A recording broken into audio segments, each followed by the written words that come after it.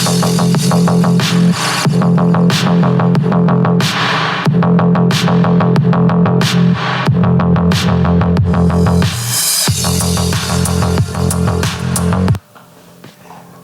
up, Titans?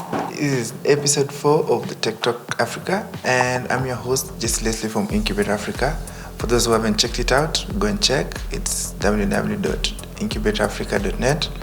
And as we take this ride for today, I want to introduce you to something. Last week we launched our fun fact before we start, just to jingle up and give you a mood into something. And for today, we take down the memory lane and we talk about Microsoft. A day like this in 1995, Microsoft terminated their merger with Intuit. This is due to jurisdiction matters.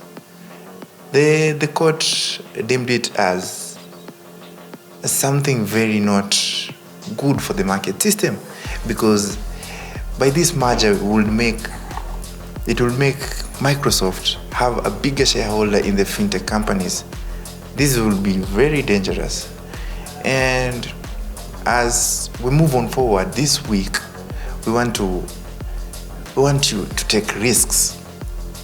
Just jump into the boat, move wherever you're going, and you don't know where it will go, but have faith in whatever you're doing. So, as we go deeper, this week has had some crazy things. From Twiga to Zuri, all of them having fundings, expansions, and quite a lot of interesting things. And also, when you go to the cars, Autocheck has been making moves since last year, and we will check this. We will have quite an interesting session this time. And before we start again into the sessions deeper and deeper, for anyone who is viewing this for the first time, go and check our YouTube channel. It's Tech Talk Africa. Go and subscribe, ring the bell, like and comment, and also go to any other channel. Twitter, we have Tech Talk Africa. Follow, and we have something nice for the 100th follower and the 100th subscriber on YouTube. We'll be giving out gigs, we'll be giving out swags, and a couple of stuff. Twiga is a B2B e-commerce for food. Twiga this week announced something amazing. However, we tend to see like this is curtailing the market systems because Twiga announced that they are going into fresh products. The previous years, Twiga has been the logistics of fresh food products, and this is something strange because you can't make the money and then move the money. But anyway, this is changing. Twiga has decided, and they have launched their Twiga Fresh. Twiga Fresh will be focusing on fresh products, fresh horticulture products, moving from watermelons to kales to fruits, moving them into a different way. And meaning by this is that they will be producing themselves. And you can imagine, it's somehow cutting the logistics, and also it will derail some small-scale farmers from finding businesses, those who had businesses with Twiga. And Twiga has invested 10 million into this venture. And for you to see something that has been invested such quite a big amount of money is something that they have thought through. And meaning that they have thought through is they have considered food safety, because they have a lot of consumers and a lot of products moving, and some of the products maybe had issues with food safety and product safety, and this is something that would bring the business down. And Twiga, which is valued, practically has a total funding of $157 million, is purchasing land. And so far they have a land which is 650 hectares big. However, this land is not going to cater for a lot of things. Some of the products that they're going to outsource are such as bananas. They are not going to farm those. I think 2 years is quite a big timeline for Twiga to wait. And let's see how this goes as they focus also on expansion into Tanzania and into Uganda. Topship has been fueled. Has been fueled with 2.5 million by Flexport and YC, Y Combinator for those who are not familiar with the terms. And this is to help them ship or help the merchants ship internationally. Basically, according to the founder, Moses, or co-founder, Moses, he said he saw a problem in 2020 where merchants were struggling with transiting of their goods, where they wanted to ship things, ship their items, ship their products into other countries. And this became quite of a thing, because for a founder or for a CEO or whoever you are out there, for you to see a solution, you need to see first the problem. And this is what Moses saw. However, for Topship, they want to do it a little bit different.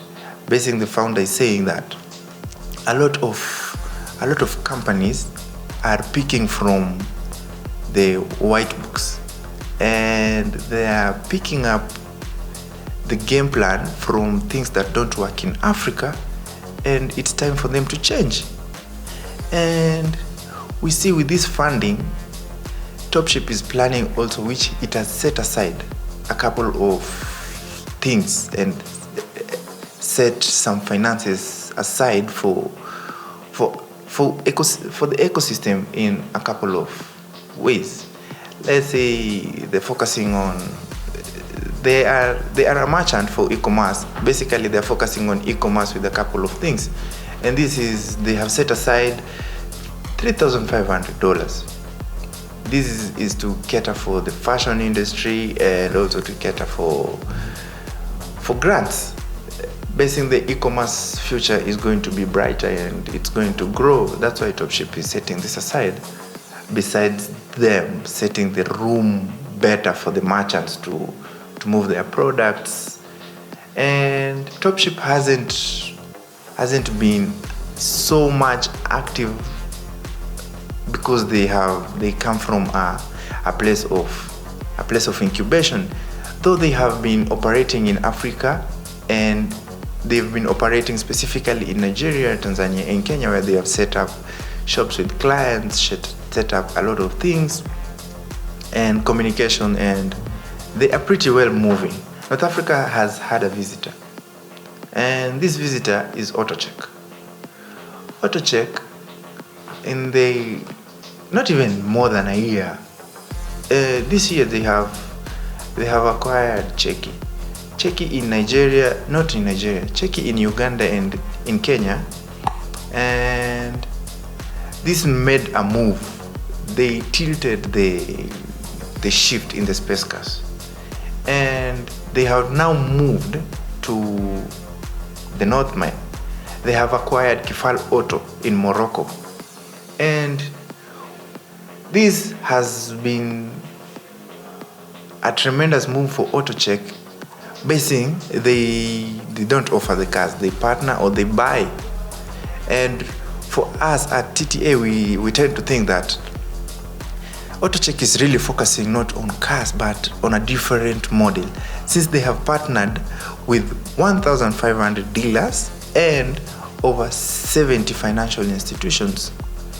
And they state that they have an algorithm for checking the cars, because they don't want the bankers to offer loans on cars that are destroyed, cars that are just not in shape.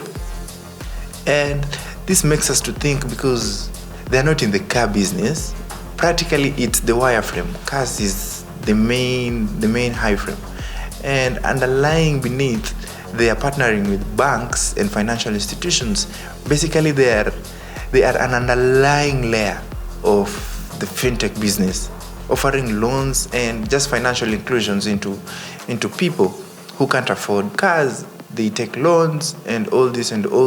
We go to our crunch bit. Crunch bit is this bit or this part of our session where we have interesting news that we think is a highlighter. Zuri Health has closed a pre-seed round of $1.3 million led by DOB Equity and a couple of other investors. You can go check on the blog, you'll find it. And Zuri Health is helping the health ecosystem, meaning the health ecosystem in Africa is quite expensive.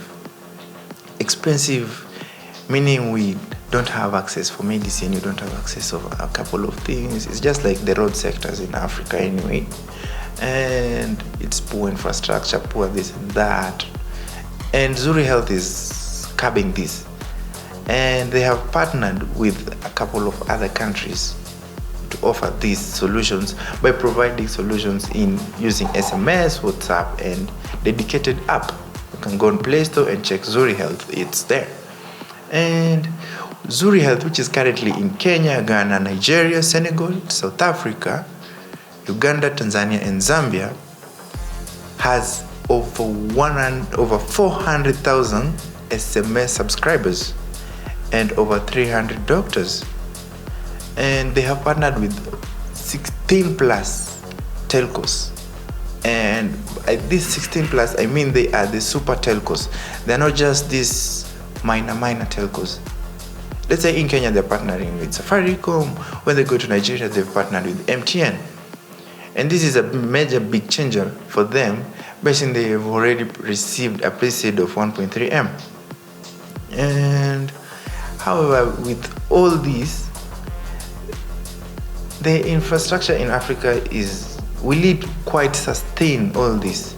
Or how will Zuri work this out?